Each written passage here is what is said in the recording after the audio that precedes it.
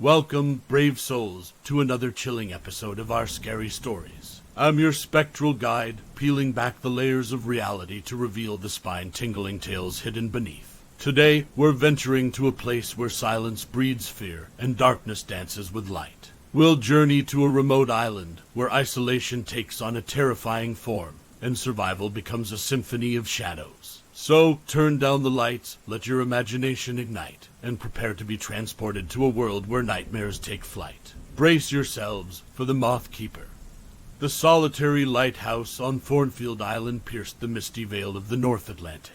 Max, a burly man with a beard white as the crest of the surrounding waves, was its stalwart keeper. His eyes, weary but warm, had been watching the sea for the past 10 years. The daily rise and fall of the tide as rhythmic and unchanging as his heartbeat. With calloused hands and weathered skin, he was as much a part of the island as the granite cliff the lighthouse stood upon. The supply ship had come and gone, leaving behind crates that contained food, firewood, and, to Max's delight, a high-tech microscope. His background as a biologist had never fully faded. Science was his companion in loneliness, an old friend whispering in the silence of the island. The lighthouse tower was a beacon of brilliance against the encroaching twilight, and Max's quarters were a cozy alcove bathed in the comforting hum of the radio and the scratch of pen against paper. The scent of salt and seaweed from the ocean below was a constant, merging with the fresh tang of pine from the nearby forest. His fingers traced the lines in his worn-out notebook as he catalogued the island's fauna, his favorite being the local moth species, their wings delicate like the brushstrokes of an impressionist painting.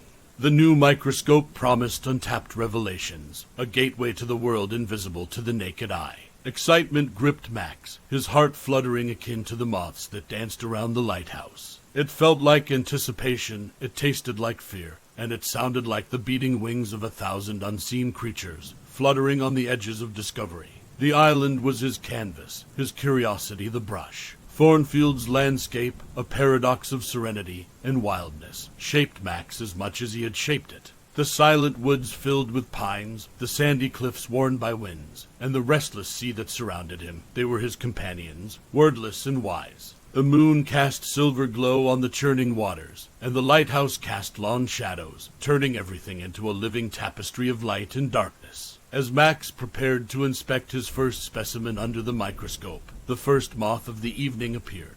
The creature was one of the local species, its wings shimmering with an array of colors. The moth landed gently on his desk, its compound eyes reflecting the lamplight, making it appear as if it held a cosmos within.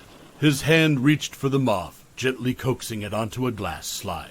His pulse matched the rhythm of the moth's fluttering heartbeat. Max turned to his microscope, the moth between glass slides. He adjusted the lenses, and as the moth came into focus, the anticipation rose like a tidal wave. The intricate patterns on the moth's wings were more pronounced, more vibrant under the lens. But something was amiss. The cells, they were different, mutating. The familiar dread of the unknown, the thrill of discovery, gripped him. What was happening to these creatures? His heart pounded in his chest like a drum as the night outside grew darker, and the lighthouse's beam cut through the mist like a sword, the only defense against the mysteries the island held. The winds whispered through the pine trees, and the sea roared against the cliffs. The world was changing, and Max, in his lighthouse on Thornfield Island, was about to dive into the heart of the storm. Little did he know, the storm was full of the beat of all too familiar wings. As dawn peeked over the distant ocean horizon, Thornfield Island emerged from the veils of night. Max woke to the sounds of the restless sea, whispering secrets to the cliffs, and the cries of distant seagulls. The scent of morning dew mingled with the briny air, the freshness of a new day dousing the previous night's questions. With the first light, he decided to explore the forest. The smell of pine and damp earth filled the air as he made his way through the undergrowth. Shadows danced on the moss-covered ground as sunlight filtered through the evergreen canopy. Each leaf seemed brushed with an artist's touch, aglow in the morning sun. But as he looked closer, the picture of tranquility faltered. The once vibrant undergrowth was withered, decaying rapidly under an unseen force. A blanket of dust covered the foliage, fine and luminescent, a strange contrast to the eerie decay beneath. His fingers traced the dust, lifting it up to the sunlight. It was not dust but fine scales from the moth's wings. Dread gnawed at him as he made his way to a nearby pond, once teeming with life, but now strangely still. The water's surface was patterned with more moth scales, turning the once clear pond into a painter's palette of iridescence. The usual croaking of frogs, the rustle of reeds in the wind, were all eerily absent. All that remained was an unsettling silence. Racing back to the lighthouse, his heart drummed in his chest, echoing the fears that bubbled beneath his scientific curiosity. Max brought out the moth specimen from the previous night, viewing it under the microscope again. The cells of the creature were definitely mutating, rapidly evolving in a manner unseen in his years of biological research. A knot of fear formed in the pit of his stomach. Could these moths be responsible for the rapid decay of the island's flora, and possibly the missing fauna? Evening fell, and with the darkness, the moths returned. They were bigger than the night before, their wings now radiant under the moonlight. They seemed to pulsate with an ominous energy, their fluttering wings a silent symphony in the encroaching darkness. They swarmed the trees, the ground, the lighthouse itself. Max watched, a chill running down his spine as the swarm of moths descended onto the trees, their bodies shuddering with an insatiable hunger. With an eerily harmonized rhythm, they began to consume the leaves, their radiant bodies glowing amidst the foliage. The display was grotesquely beautiful, a dance of destruction beneath the soft moonlight. But the beauty held a terror that seized Max's heart with a cold, vice-like grip. As the sound of the devouring moths filled the air, an underlying fear began to build. A fear of the unknown, of the rapidly changing world around him, of the horrors that the moths might bring. Max was no longer just a lighthouse keeper, but a witness to an ecological nightmare that threatened to devour the solitude he held so dear. As the first rays of dawn played upon the horizon, Thornfield Island had changed. The radiant morning failed to ignite the usual symphony of life that greeted the break of day. Instead, a dreadful stillness lay over the land. The island's vibrant palette of greens had been replaced by a dull hue, drained of life and color. The gnawing fear in Max's heart took solid form as he surveyed the devastation. From his vantage point in the lighthouse, the forest looked sickly, an empty canvas that had once been brimming with life. Trees, stripped bare, stood like ancient skeletal sentinels. The grass was a mere ghost of its former lush self. The once clear pond was now a lifeless pool, devoid of the lively inhabitants that used to play beneath its surface. The morning breeze was a lament, a haunting whisper that carried the scent of decay. It was a cruel mockery of the island's former vibrancy, a sinister testament to the destructive force the moths had become. A sense of dread descended upon Max as he ventured out to inspect the damage. He tread lightly, each step an intrusion upon the eerie silence. A flicker of movement caught his eye, a bird, lifeless and half-eaten. Its body was strewn with the same luminous scales that dusted the entire island, a grim indicator of the moth's evolving carnivorous nature. Max's heart pounded as he returned to his sanctuary. The lighthouse now felt less like a place of solace and more like a lone fortress against a growing storm. The quiet hum of his radio was a sobering reminder of his isolation. It was him against the ravenous swarm. The unsettling transformation spurred him into action. He must reach out to the mainland, warn them of the impending threat. Yet as he attempted to transmit a distress signal, a storm began to gather over the North Atlantic. The radio emitted only a frustrating mix of static and garbled voices. He was cut off from the world beyond the churning sea, trapped with the advancing terror. Nightfall came, and so did the moths. They were like wraiths in the darkness, their wings shimmering with an ominous beauty under the lighthouse beam. The light seemed to agitate them, drawing them closer, their numbers blotting out the starry sky. A terrifying realization washed over Max. The lighthouse, his sanctuary, was also the island's brightest beacon, an irresistible allure for the deadly swarm. Battening down the lighthouse, he fortified himself against the onslaught. The rhythmic pulse of the lighthouse beam cut through the swirling darkness outside, a beacon of hope in the menacing night. He could hear them outside, the silent flutter of thousands of wings against the cold wind, a maddening dance that set his nerves on edge. Max was no longer just the keeper of the lighthouse. He was the keeper of a devastating secret, an anomaly that could bring ruin to his world. But he was also a scientist, a man of logic amidst the chaos. With the moths besieging his lighthouse, he held onto the one thing that could save him, knowledge. It was the only weapon in his arsenal against the monstrous metamorphosis that had befallen Thornfield Island. As the lighthouse stood resolute against the darkness, so did Max against the horrors of the night. Days fell into a cyclical nightmare on Thornfield Island. Mornings brought the grim revelation of the moths' nocturnal feasting, and nights shrouded the island in an ominous sense of impending terror. Max, once the island's tranquil sentinel, was now its weary defender. His isolation was a curse, the lighthouse his only bastion against the relentless swarm. Supplies from the mainland were due, but the ship didn't arrive. The relentless storm that raged over the North Atlantic had severed his last thread of contact with the outside world. As the days passed, the chilling grasp of loneliness and fear tightened around Max. Even within the fortified lighthouse, he wasn't entirely safe. The moths, agitated by the pulsating light, often managed to find their way in through the smallest of crevices. He would find them in the morning, lifeless by the cold light of dawn, their luminescent wings still eerily vibrant. Driven by desperation, Max began to examine the dead moths, using his background in biology to understand the enemy. He meticulously noted the rapid evolution, their newfound predatory nature, their insatiable hunger. Every detail brought him closer to understanding their metamorphosis. The microscope revealed more each day, a haunting display of the monstrous perversion of nature. The moth's cellular structure was alien to anything he had seen before. Their insides were as beautiful as they were terrifying, a living mosaic of mutating cells. Max's scientific mind was both fascinated and horrified. Meanwhile, the constant hammering of the waves against the cliffs seemed to mirror his escalating dread. The once soothing sound of the sea had turned into a grim reminder of his isolation. The scent of brine was now laced with the unsettling smell of decay, and the salty air tasted bitter on his tongue.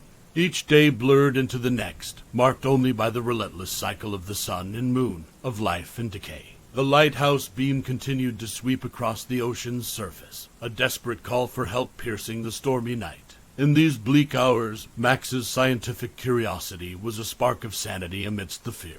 His observations and recordings, his fight against the approaching ruin, gave him purpose. The lighthouse had become more than a beacon for lost sailors. It was now a beacon of hope against a silent, relentless adversary. As Max fortified his mind with knowledge, he fortified the lighthouse against the advancing threat. Sealing every crevice, he turned his sanctuary into a fortress, the walls echoing with the hum of the radio and the whirling storm outside. The lone lighthouse stood defiantly, a solitary soldier against the encroaching darkness, and the monstrous threat that dwelled within it. With each passing day, the enormity of the moth invasion settled deeper into Max's heart. The once vivid splashes of island flora had turned into bleak portraits of decay. The once frolicking fauna were now silent specters, their absence a haunting reminder of the moth's rampage. The island was dying, suffocating under the sheer weight of the swarm. Within the confines of the lighthouse, Max felt the strain of his isolation growing. His food supplies were dwindling, fresh water was limited, and there was no sign of the supply ship. The storm over the North Atlantic was relentless, a wall of tempestuous rage that held him prisoner on the dying island. Despite the odds, Max's spirit remained unbroken.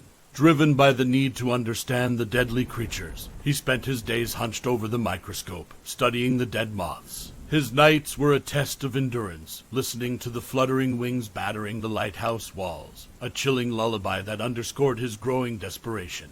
One evening, as the sun dipped below the horizon, painting the sky in hues of crimson and gold, a startling realization hit Max. He had noticed a pattern in the moths' behavior. They were not just mindlessly drawn to the lighthouse's beam. Their activities were intensifying with each night. Their swarm seemed more focused, their attacks more desperate, almost as if they were evolving. The lighthouse, with its unending beam, had become more than a beacon. It was an irresistible attraction to these ever-adapting creatures. The radiance that once served as a guide for lost sailors now seemed to be a catalyst, accelerating the moth's monstrous evolution. His dread deepened as he pondered the implications. Was the lighthouse beam fueling their metamorphosis? Was his haven of light unwittingly nurturing the threat? If so, what would happen if the moths reached the mainland, attracted to the myriad of lights in a world unaware of their existence? Desperation spurred Max into action.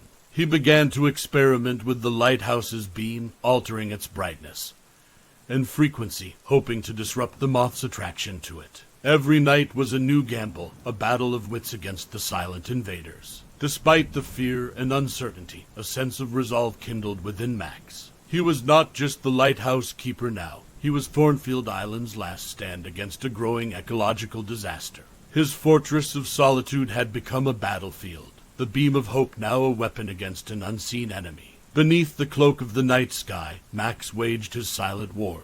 His heart echoed with determination as the lighthouse beam cut through the darkness. A solitary warrior's sword against the advancing tide of winged nightmares. The silent invasion had met its first and only line of resistance, a lone man standing against the gathering storm.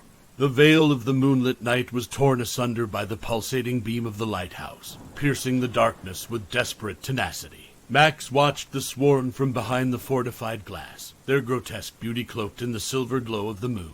The steady drumming of their wings against the lighthouse walls echoed his pounding heartbeat. The confrontation between man and moth had escalated into a full-blown war of survival. With his microscope and notepad as steadfast companions, Max continued his ceaseless study. The moths, it seemed, were quick learners. Each night, their response to his attempts at disrupting the lighthouse's beam grew more aggressive. The silent invaders were adapting, their rapid evolution mirroring his desperation. Max noted the changes with growing dread, realizing the terrifying intelligence that drove the swarm. The lighthouse was no longer a beacon, but a battleground. The war between light and shadow had taken a deadly turn. Max decided to take drastic measures. He needed to test his theory, understand if the lighthouse was indeed accelerating the moth's evolution. With a heavy heart, he decided to switch off the light, plunging the lighthouse into total darkness. The decision felt like blasphemy to his keeper's oath, but it was a necessary sin. The darkness was suffocating, the silence in the lighthouse deafening. For a moment, he stood in the absolute blackness, the chill of fear creeping up his spine. He waited, his breath caught in his chest, straining to hear any change in the hum of the swarm outside. Minutes stretched into an eternity. Slowly, an eerie calm descended over the island. The relentless onslaught against the lighthouse walls gradually ceased. The moths, deprived of their glowing lure, dispersed into the starlit night. Their deadly ballet momentarily halted.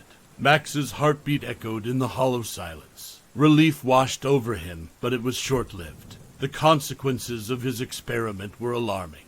The moth's reaction confirmed his worst fears. The lighthouse was not just an attraction, it was a catalyst. He turned the light back on, staring at the illuminated path it cast over the undulating waves. His thoughts were a whirlwind, a storm of realization and terror. His beloved lighthouse, a symbol of hope and guidance, had become an incubator for a catastrophic evolution. His sanctuary was the seat of potential devastation. His loneliness was forgotten, replaced by a burden far heavier than isolation. Armed with his newfound knowledge, Max stood resolute in his solitary fortress, his fear intertwined with determination. The battle of light and shadow raged on, the lighthouse standing sentinel against the advancing horde.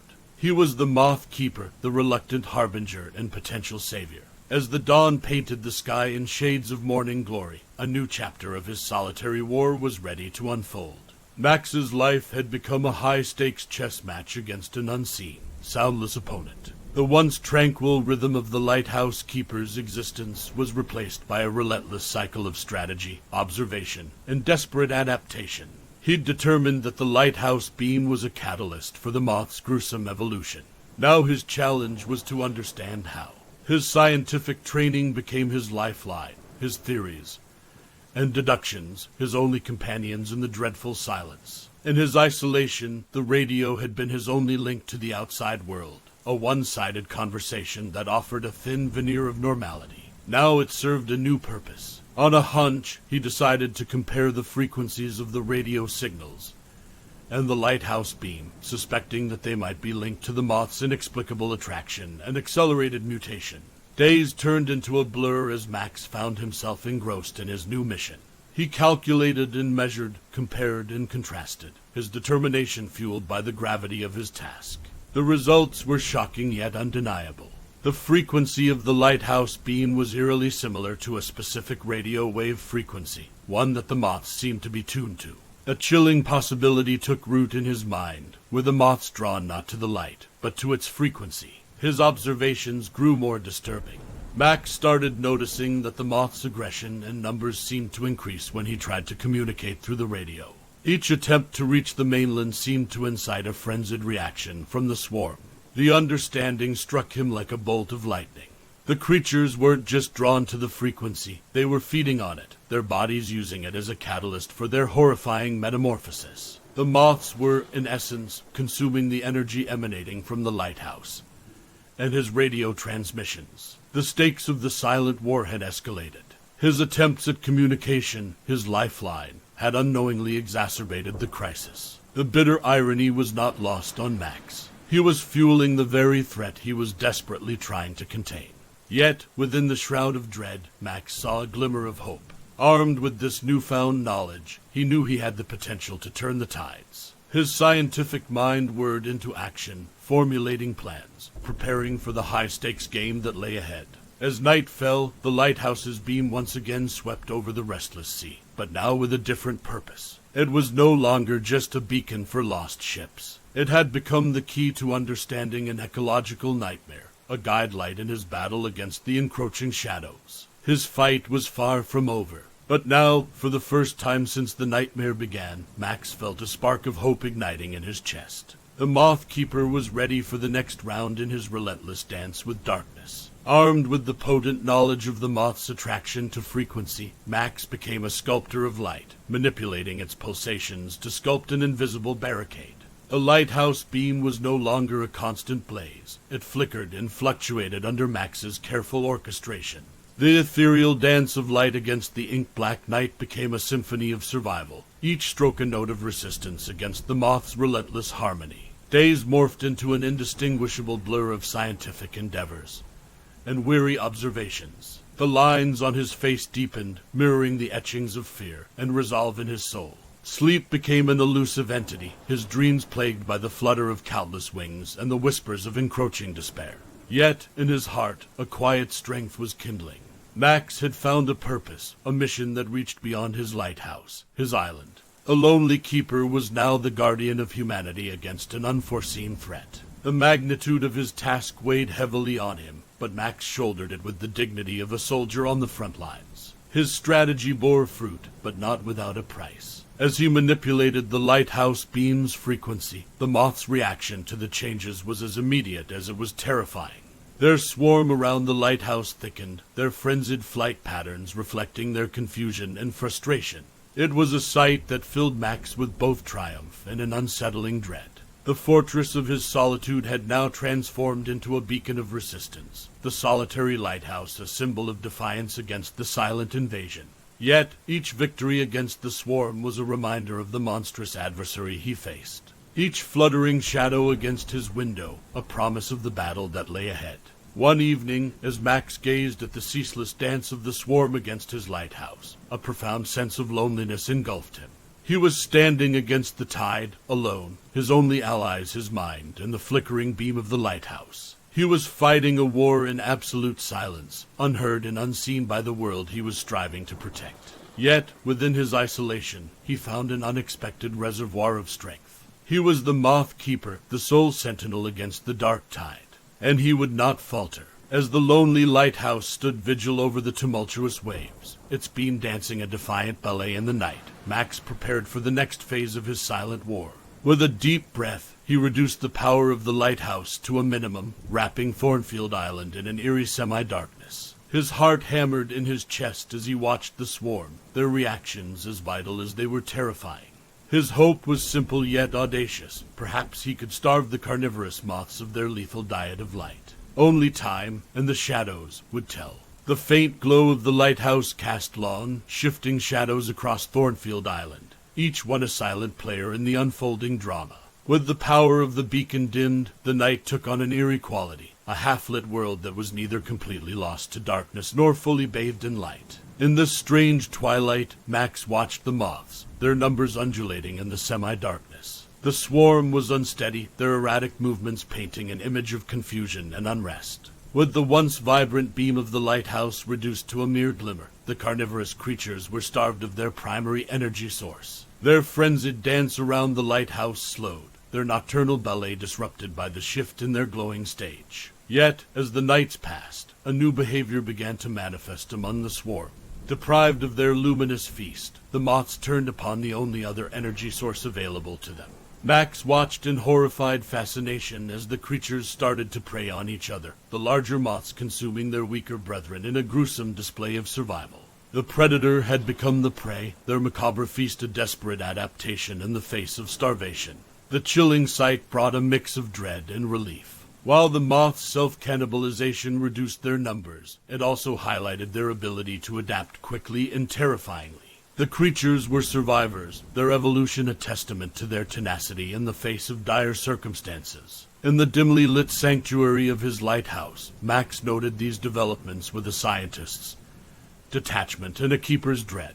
His strategy had yielded results, but it had also unveiled the terrifying resilience of his adversaries. He was no closer to a solution, his island becoming a silent battlefield of shadow and light. He spent his days in relentless pursuit of a breakthrough, his research and experiments driven by a desperate hope. In the half-light of his solitude, he kept a vigilant watch on the silent war unfolding beyond his window. Each fluttering shadow became a symbol of his battle, a poignant reminder of the threat hovering on the outskirts of human civilization. As the days melded into a cycle of anxious watchfulness and frenzied research, Max stood resolute, his isolation a self-imposed shield against the feeding shadows. With the pulsating glow of the lighthouse his only companion, he prepared for the final chapter of his lonely stand against the swarm. The last act was set to unfold, the stage half-lit and the players ready for their closing performance. With Thornfield cloaked in half-darkness, a tense tranquility reigned. The lighthouse, a monolith of solace in the dim light, served as Max's fortress and research lab. It was a world within a world, a microcosm of the greater battle being waged against the moth swarm. As the final chapter of his solitary standoff began to unfold, Max found himself leaning into his scientific knowledge more than ever before.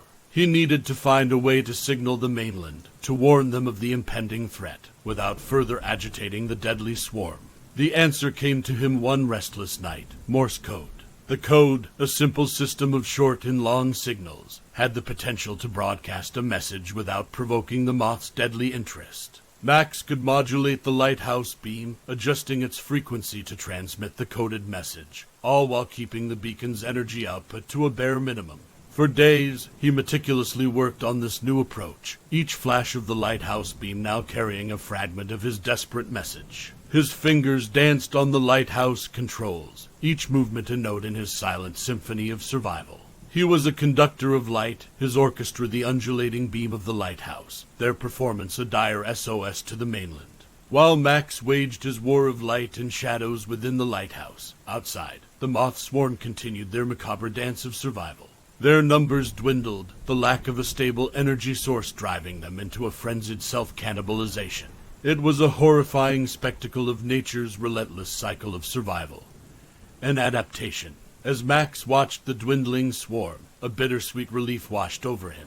His silent war had brought an unimaginable transformation. He had become more than a lighthouse keeper, more than a solitary island inhabitant. He was humanity's solitary sentinel, standing against an unseen, unheard ecological threat. On the 7th day of his Morse code transmission, a faint reply crackled over the radio. The mainland had received his message. Help was on the way. Tears of relief streamed down Max's face as he sank to the floor of his control room, exhaustion and relief washing over him in equal measures. As the dawn of a new day broke over Thornfield, the dwindling moth swarm continued their futile dance around the lighthouse. Max watched them, his heart filled with a strange mix of dread and respect. They were adversaries shaped by the same force, the relentless drive for survival. The last beacon stood tall as the island awoke to a new day. The beam was dim, but its purpose was more significant than ever. It was no longer just guiding ships. It was now a sentinel against an ecological nightmare, a beacon of human resilience. The Moth Keeper's solitary battle was over. He was rescued. He would not die alone of starvation in the confines of the lighthouse. As the rescue boat drove off taking Max back to the mainland, he could feel the rhythmic drum of the moth's wings throughout his body. Each wave the rescue boat cut through brought back the horror of the nights that the moth wings would beat against the lighthouse. It left him questioning if this was really over. As our tale draws to its unsettling conclusion, we leave the haunted shores of Thornfield Island, carrying with us a story of terror, resilience, and the relentless drive for survival. The Moth Keeper may have extinguished his lighthouse beam, but the chilling echoes of his solitary stand against the unseen will forever ripple through the annals of our scary stories. Remember, brave souls, in the silence of the night, even the flutter of a moth's wing can be the harbinger of unspeakable fear. Until next time, sleep tight and remember to keep the light on. This is our Scary Stories signing off for tonight.